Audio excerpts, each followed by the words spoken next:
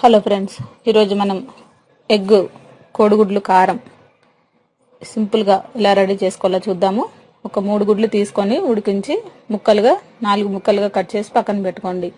ఈలోపు కళాయిలో ఒక 3 స్పూన్ల ఆయిల్, అలాగే కొద్దిగా జీలకర్ర, ఒక మీడియం సైజు ఉల్లిపాయలు 2, 4 పచ్చిమిర్చి, వీటిని ఒక 2 నిమిషాల పాటు దోరగా ఫ్రై చేసుకోండి.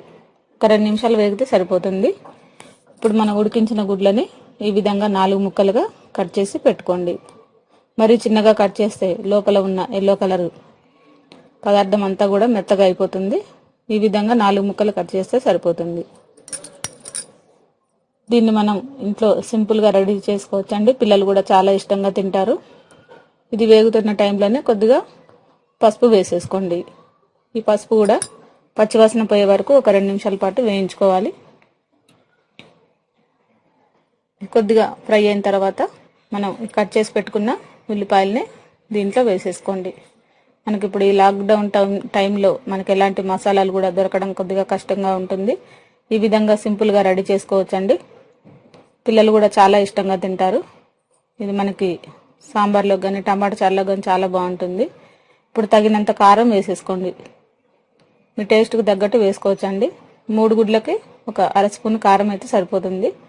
కొంచెం కావాలంటే కొద్దిగా ఎక్కువగా వేసుకోవచ్చు, స్పైసీగా కావాలంటే. ఇప్పుడు మనం ఒక 7-8 వెల్లుల్లిపాయలని కట్ చేసి పెట్టుకోవాలి. ఈ విధంగా పొట్టు తీసేసి కట్ చేసి పెట్టుకోవాలి.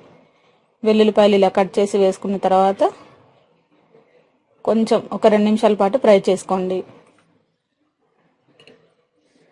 ఫ్రై అయిన తర్వాత చివరిగా గరం మసాలా పౌడర్ ఒక 1/2 స్పూన్ మాత్రమే పడుతుంది. ఒక 1/2 స్పూన్ గరం మసాలా వేసిన తర్వాత స్టవ్ ఆఫ్ చేసేయండి. అంతే, సింపుల్గా ఇది ఎంత ఈజీగా చేయొచ్చు అంటే మనకి ఒక 2 నిమిషాలు రెడీ అయిపోయే కోడిగుడ్డు కారం అండి. ఇది ఈజీగా చేసుకోవచ్చు.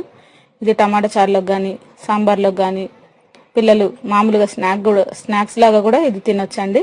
పిల్లలు కూడా చాలా మంచిది. ఈ విధంగా చేస్తే కూడా పిల్లలు ఇష్టంగా తింటారు. ఈ రెసిపీ మీకు నచ్చినట్లయితే లైక్ చేయండి. ఈ రెసిపీని మీరు కూడా ట్రై చేసి చూడండి.